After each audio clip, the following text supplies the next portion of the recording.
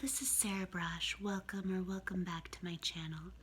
So I just want to do a quick video about how wrong Sam Harris was in his quick podcast he did tonight about now all of a sudden, oh, he understands. He couldn't understand, couldn't fathom the appeal of Trump, why half of the country basically was going to be voting for Trump.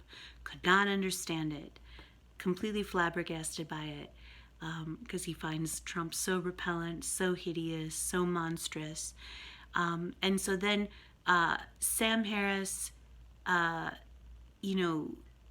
trying to, show the utmost, empathy, sympathy, compassion, decided that he figured it out. He figured out why half of the country is going to vote for Trump.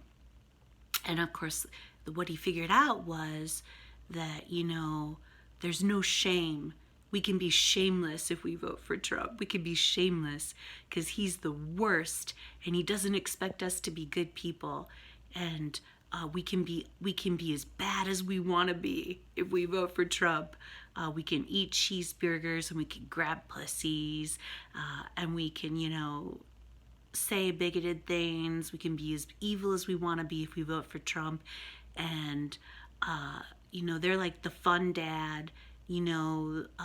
After the divorce, you go visit your fun dad on the weekend and they let you do whatever you want. You go on the water slide and you go see the R-rated movie and you eat the sugar, and that's Trump. And that we are rejecting the Democrats because they're the disciplinarian parent that makes us go to bed and brush our teeth, and we can never be good enough for them. That's the disapproving parent. You can never be good enough for them. You can never be good enough for the disapproving parent. And those are the Democrats. And we just want to be evil slobs, so that's why we're going to vote for Trump. And then he ended his podcast saying that he felt he was a paragon of compassion and empathy, that he had figured this out and it was going to make him a better person and make it easier for him to communicate with Trump supporters. I'm sorry. It was hysterical. It was absolutely hysterical. I'm like, are you out of your mind? Right, Sam. That's why I'm going to vote for Trump. You got it. You hit the nail on the head. Anyway, so I honestly I don't think I'm making a straw man of what he said. I think that is basically exactly what Sam Harris said. There's no judgment with Trump. He doesn't expect us to be decent, moral, upright, principled people, and it's so insulting. It's so insulting. How can you not see how insulting that is? And I just want to tell Sam Harris, I already made it clear in the other two videos I just made, that Trump voters have more than legitimate, have compelling reasons to vote for Trump. And I would love to talk to you. You said that you had spoken with Trump voters, but you still had never really understood what the appeal of Trump was, why they were going to vote for Trump. And of course, honestly, I'm more voting against the Democrats than I'm voting for Trump, right? But I am voting for the right. I am voting for the conservatives. I am voting for the Republican Party because the Republicans are now the ones standing up for civil liberties, civil rights legislation, due process, equal protection, and free speech and freedom of religion. And I just want to make clear that the reason why I was targeted for years by the Yale administration for expulsion, and why they embraced in February 2018 this just patently false, just ridiculously false accusation against me that I had perpetrated a hate crime comparable to a lynching.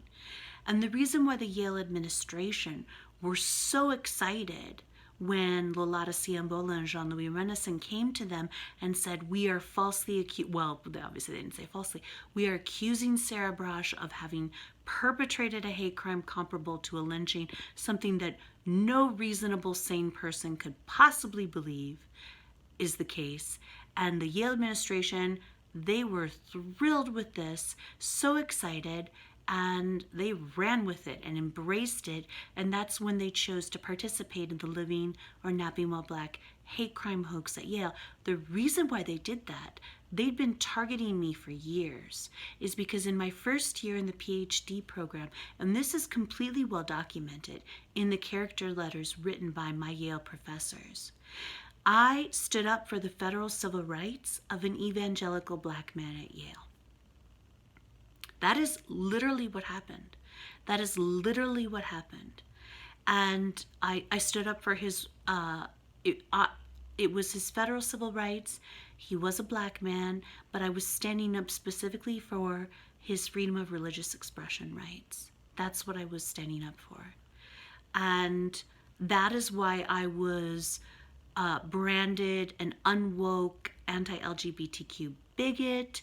I was ostracized by the PhD students in the philosophy department, and then they went to the administration to get me expelled, and I was basically widely known and despised across campus as this unwoke, bigot. I was ostracized. I was harassed. That's why I experienced instances of harassment in Yale housing. But anyway, so my point is, and then in the character letters that my Yale professors wrote, they said that they hoped that they would have the kind of moral courage that I displayed if they found themselves similarly challenged in a situation, that they would remain true to their principles. And I am a deeply, deeply committed civil libertarian. And being someone who is a deeply committed civil libertarian no longer has a home in the Democratic Party. That is not a part of their platform. They are the platform of dismantling civil rights legislation.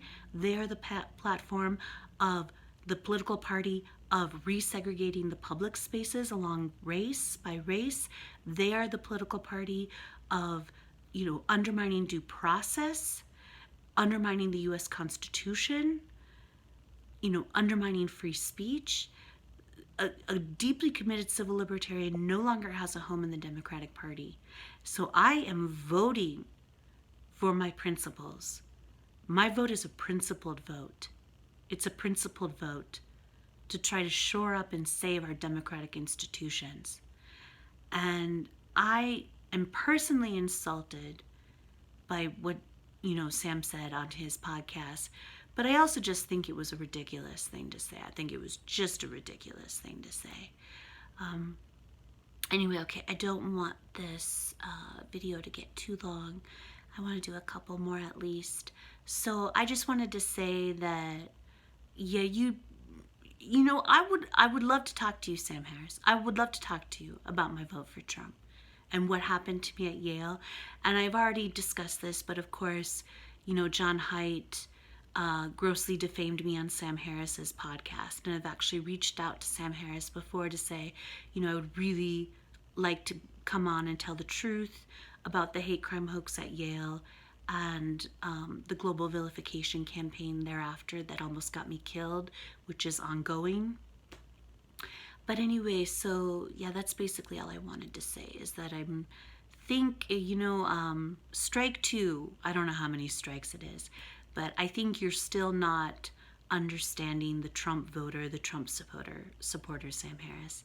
So I think you might want to try again, try to be just a little more charitable. But Trump voters are voting their principles, and it's a very thoughtful, considered, sober vote based on principles. And anyway, yeah, so that's what I wanted to say. It was funny. I think he was trying to be funny. And I think he's sort of playing up to this caricature of himself now. in some respects. But anyway, that's basically what I wanted to say. Thank you all so much for listening to me, and have a great night. And I'll have my PayPal, me, and GoFundMe links below. Please donate to my legal fund so I can sue everyone. Yale, the fake news press, the New York Times, CNN, the ACLU, the entire moral outrage industry, everybody on Twitter with a blue check mark who almost got me killed. Okay, I love you all. Have a great night. Bye.